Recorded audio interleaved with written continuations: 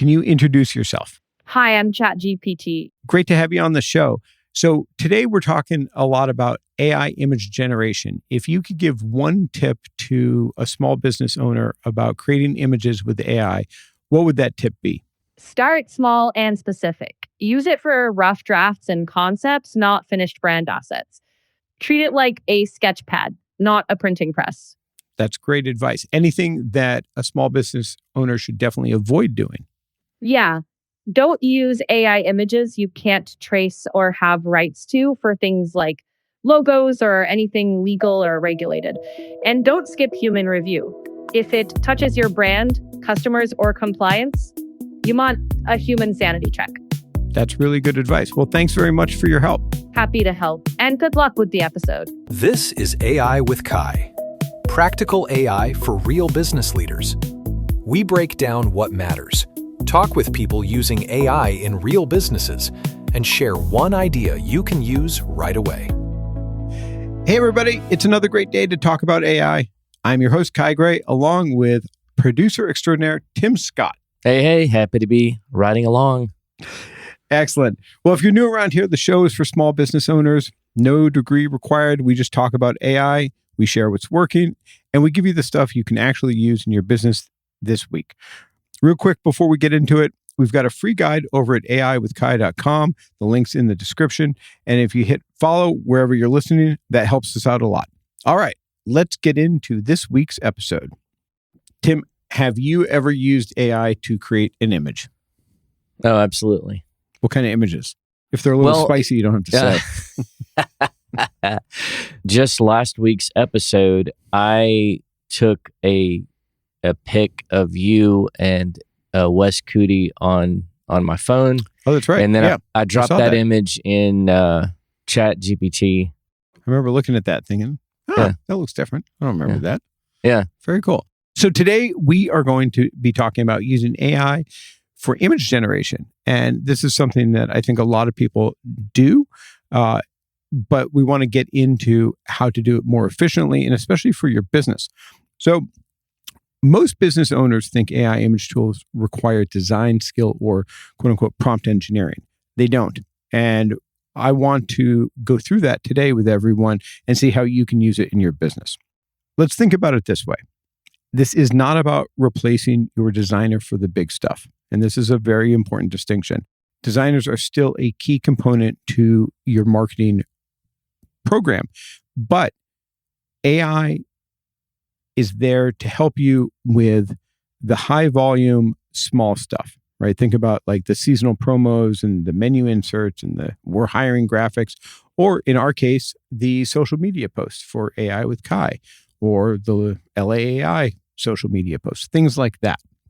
These are things that you can do very quickly that used to cost you a lot of money to do and took a long time to do it. So what used to be a week turnaround on something is now a minute or two, right? So you have the chance to experiment with a lot of different things. Quick numbers before we dive in. Nearly 9 in 10 organizations, or 88%, according to McKinsey's latest survey, are already using AI somewhere in their workflow. And about 94% of marketers say AI is in their content plans this year. So if you've been thinking this stuff is just for the big guys, the data says your competitors down the street disagree. And the tools keep getting cheaper. And we're going to discuss these today. Recently, Google dropped NanoBanana 2 Lite. That's all the name of one product, NanoBanana 2 Lite, an image generation tool that takes about 4 seconds to generate something and is rolling out for free inside the Gemini app. Again, not a trial, completely free. We're also going to talk about Midjourney, which just rolled out its version 8.1 model. And we're going to talk about the image generation capabilities of ChatGPT, which used to be known as Sora. Sora was a dedicated app that got shut down, and the technology was moved inside of the ChatGPT app. So we're going to talk about those three things, and we're going to get into how to create really effective prompts to get the content that you want out. How the heck did they come up with a name, NanoBanana? It rolls off the tongue. I have no idea, actually. It's a really good question. Right now, there's some crazy names for things. And top of the list is probably NanoBanana. Yeah. I like when I hear serious people, in businesses have to refer to it. And, it'll be serious. NanoBanana, serious. Yeah. It's one of my favorite things. That's funny. All right. So we're going to talk about NanoBanana first, because right now that is the top tier. That's the go-to for a lot of people. Google came on really strong in early 2006, late 2025 with this, and they've baked it inside of the Gemini app. And so if you go to gemini.google.com, you're going to get their chat window, and if you click the little plus sign, it opens up a drop down and you can say create image. That's how you access NanoBanana.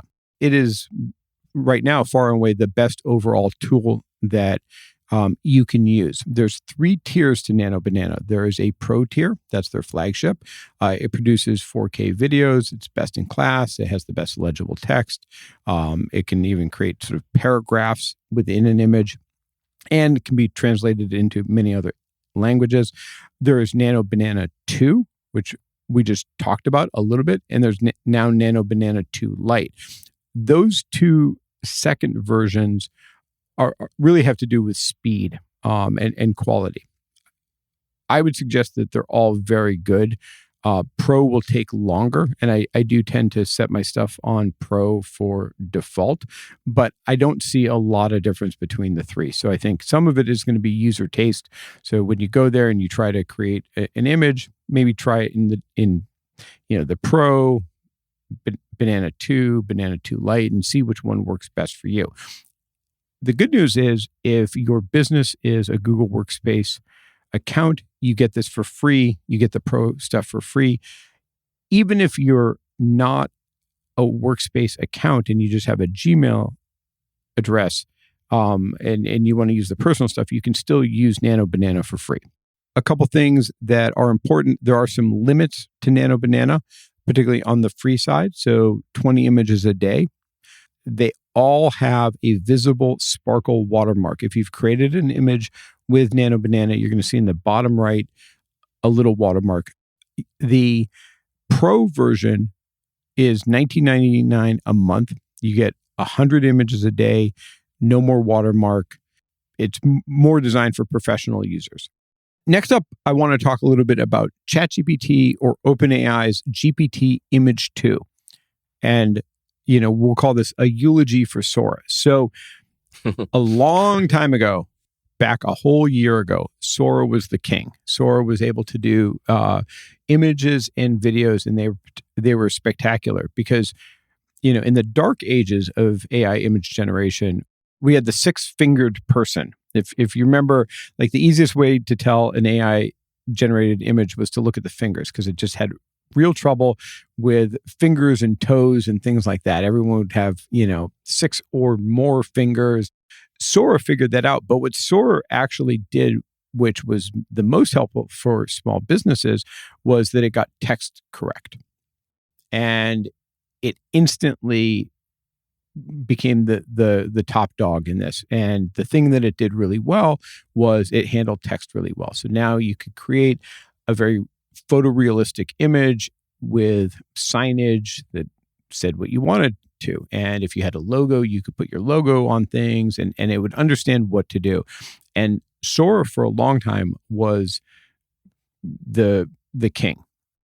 If you remember, Sora released its own app and they wanted to become a social media app, and everyone was creating these like Sora videos that had a week or 2 of popularity, and then it kind of died. And with it, Sora died, which was really sad. But at the same time, NanoBanana had now taken over the crown for image generation tools. And so people kind of forgot about Sora. Recently, back in April, OpenAI shut down Sora, shut down the app, and they moved all of the model tools into ChatGPT, the app.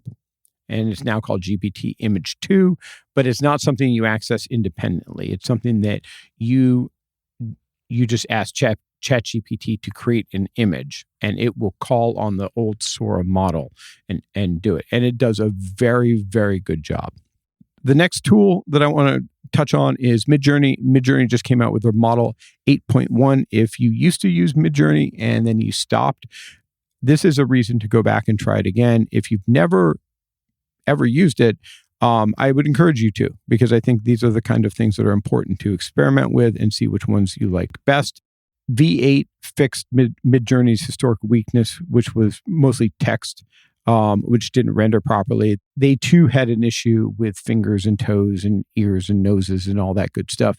But I would say that Midjourney is flat out creates the most beautiful images. Right? If you're looking for, you think of desktop wallpapers or things like that, like vibrant colors. Nothing beats it right now. My memory of Midjourney was early on, and I remember it was quite a process to do an image. Like, Yes. Did they change it? Like, is it easy now? It used to be that it was only accessible through Discord. That's right. And I mean, there was a hurdle. There was an onboarding hurdle, and they've now moved away from that. Now it works like everything else, so it's much easier.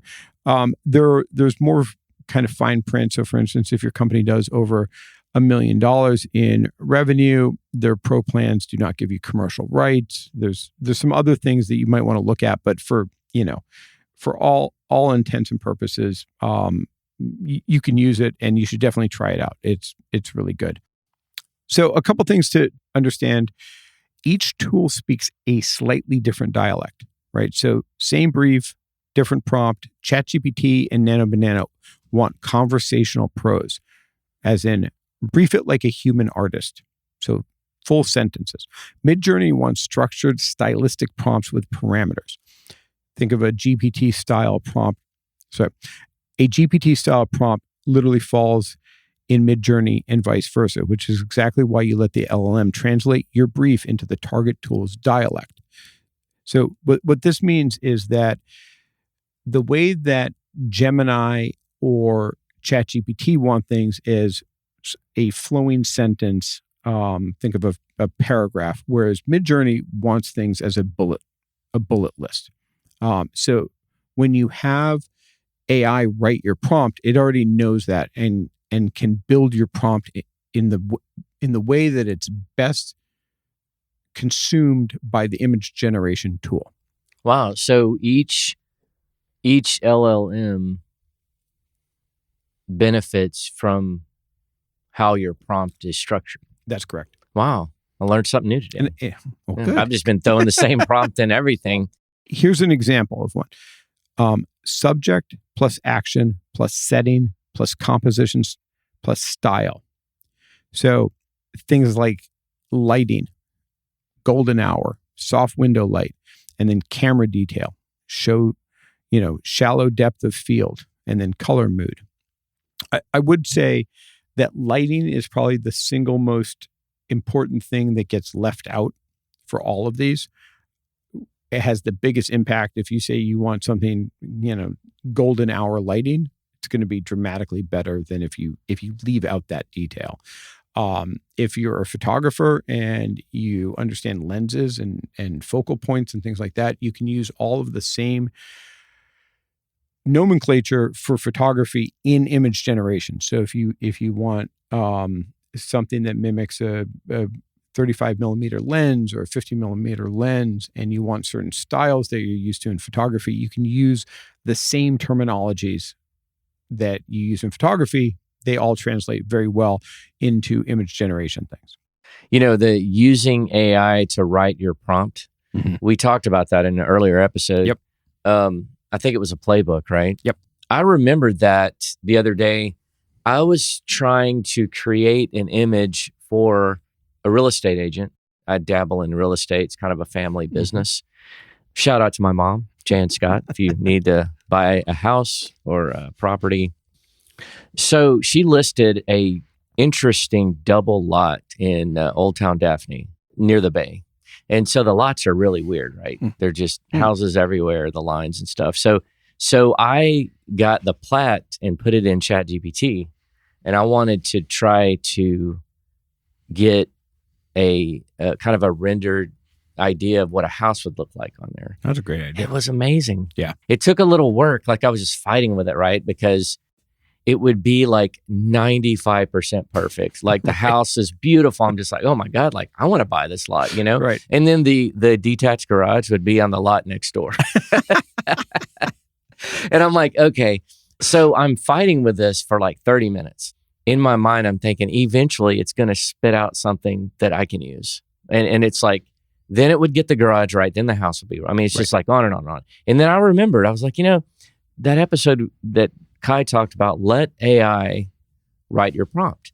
So I stopped, I went back and I told AI, write my prompt for me, basically. Mm-hmm. And it had all of the previous text where I was trying to get all this information. So it wrote a prompt based on all that 30 minutes of history of trying to get this thing right. And a lot of the verbiage is stuff that you were just talking about, And so the reason I'm telling the story is if you're a small business owner and you want to work on this stuff, don't be intimidated by all this prompt verbiage that you may not remember if you're driving in the car. Right. You can just have AI write it. That's right. In fact, AI will do all of the things that we're talking about, sort of the structure of these prompts. In most cases, AI will just do those things. You don't have to tell it to, right? So if you go to Claude and say, hey, I'm trying to create a thumbnail for the new episode of AI with Kai, we're not going to have to specify the lighting or the camera angle or things like that. But if we want more control, we can do that, right? And we can tell it to create a prompt and also include these things, and it will put it in the right area. So for instance, when we're talking about text, it's a very good habit to get into put the text that you want in your image, put it in quotes, right? So you identify it to the AI as, this is a quote. I don't want you to change anything about this, right? It's not, don't paraphrase this. This is the name of my company. Don't come up with a new name of the company. So you put things that you want to show up. You put text that you want to show up in your image in quotes.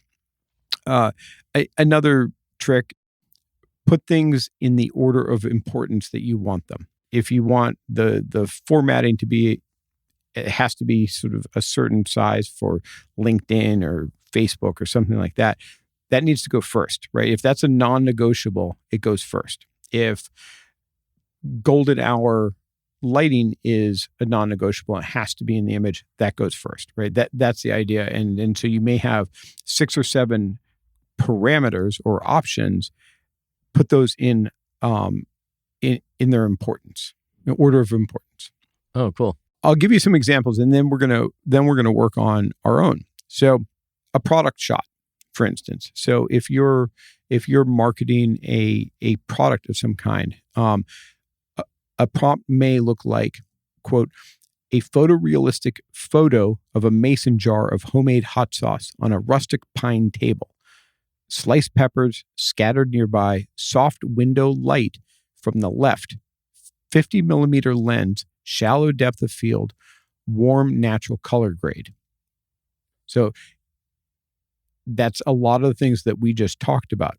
Another one, let's see, a weathered cypress dock at golden hour, a streaming tray of crawfish in the foreground, Spanish moss in the trees, warm, humid evening light, shot like a lifestyle food magazine photo, shallow depth of field, with, quote, Friday boil, 5 p.m., unquote, in bold white sans serif in the upper right.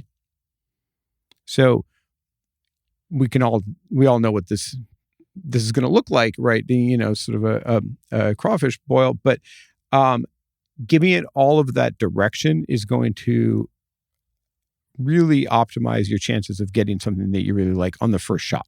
I'll tell you 2 other ones that I use a lot. One, for headshots, if you need to create headshots, I would always recommend hiring a real photographer for really good headshots. But if you're trying to create a few different ones, here's a good prompt.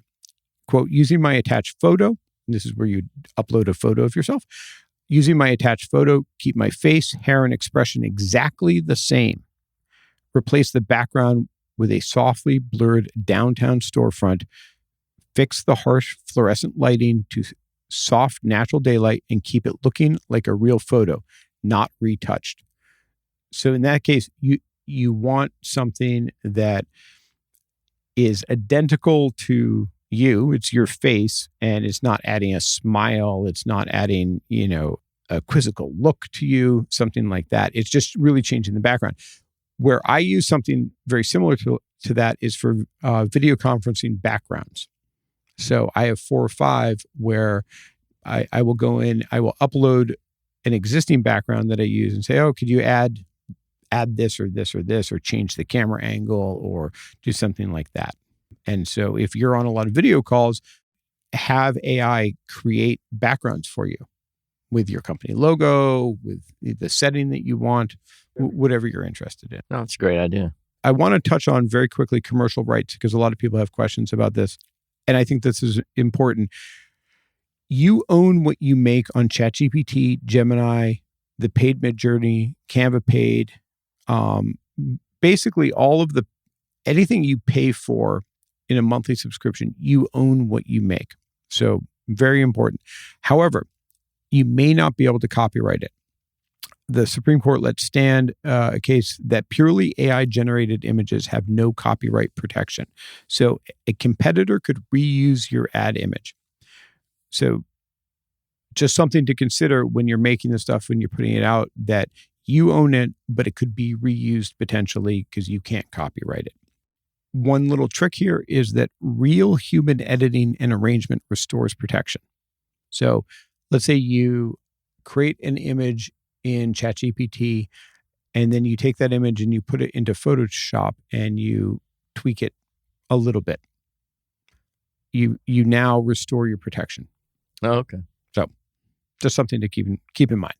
One other quick thing on watermarks. We talked a little bit about this for NanoBanana, but Google embeds invisible SynthID, which is a tag that it can put inside of an image. You can't see it.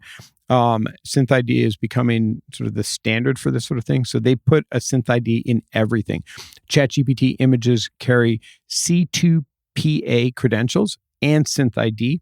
So again, 2 different forms of identification, but for everyone listening, just remember that if you create it in AI, it will be detectable as AI by something. Maybe not to a human, but if someone wants to figure out if something was really created by AI, it's very doable. Mm-hmm. The Playbook. One practical way to use AI right away. So we're going to create a thumbnail. So let's write a prompt. So the first thing that we're going to do is we're going to take photos. Take photo. Yeah. I'll take one of you first. Okay. So this is kind of what I was going for. Called Old Man in a Studio. Oh, we can get rid of that in AI. All right. Now I'm going to take a picture of you. All right. You look down and be studious. Okay. We are now going to create a prompt. We will feed our draft prompt into AI to have it clean it up. But we're going to specify subject, the action, the setting, the composition, and the style, and then lighting. So the subject is going to be Tim or Kai. Tim or Kai or Tim and Kai? Oh, Tim and. Oh, I see what you're doing. Okay. Kai's trying to write me out of the prompt already. Ignore Tim. Okay, so we have the subjects, which are Tim and Kai. The action is headshots. The setting is the podcast studio. The composition, let's try just side by side, just to see. Yeah, okay. All right. Side by side. Okay. What kind of style should we use? A 70s retro? I like that. Let's do that. Okay. Lighting. Soft light. So this is what we're going to give to Claude to help us write a prompt. The subjects are Tim and Kai. The action is headshots. The setting in the podcast studio. The composition is side by side. Style is 70s retro. Lighting, soft light. Remove the harsh fluorescent light. Camera angle, slightly from the side. Purpose, thumbnail for the podcast episode on AI image creation. Do we want to add the text AI with Kai on there? Sure. Text, AI with Kai. Okay.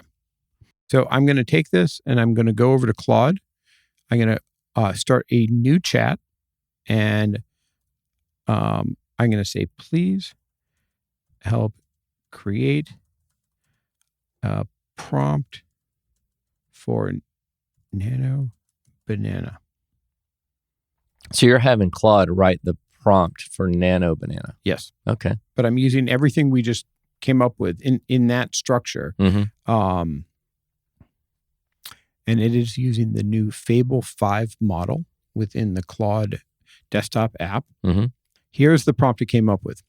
Side-by-side headshots of two men, Kai and Tim, in a cozy podcast studio framed from the chest up. The camera angle is slightly off to the side, not straight up. Giving the shot a candid editorial feel, both men face the camera with relaxed, confident expressions, seated in front of podcast microphones or boom arms. The studio background shows warm wood paneling, acoustic foam tiles, and vintage audio equipment softly blurred behind them. The whole image has a 1970s retro aesthetic, warm amber and burnt orange color grading, slight film grain, muted earth tones, and a subtle vignette-like vintage magazine photo. Lighting is soft and diffused, like a large softbox or window light, with gentle shadows and warm skin tones. No harsh fluorescent or overhead lighting. Bold retro text across the top reads AI with Kai in a chunky 1970s display font with rounded letter forms, colored in cream and orange to match the palette. Composition leaves clean space for the text. 16:9 aspect ratio, high detail, shallow depth of field.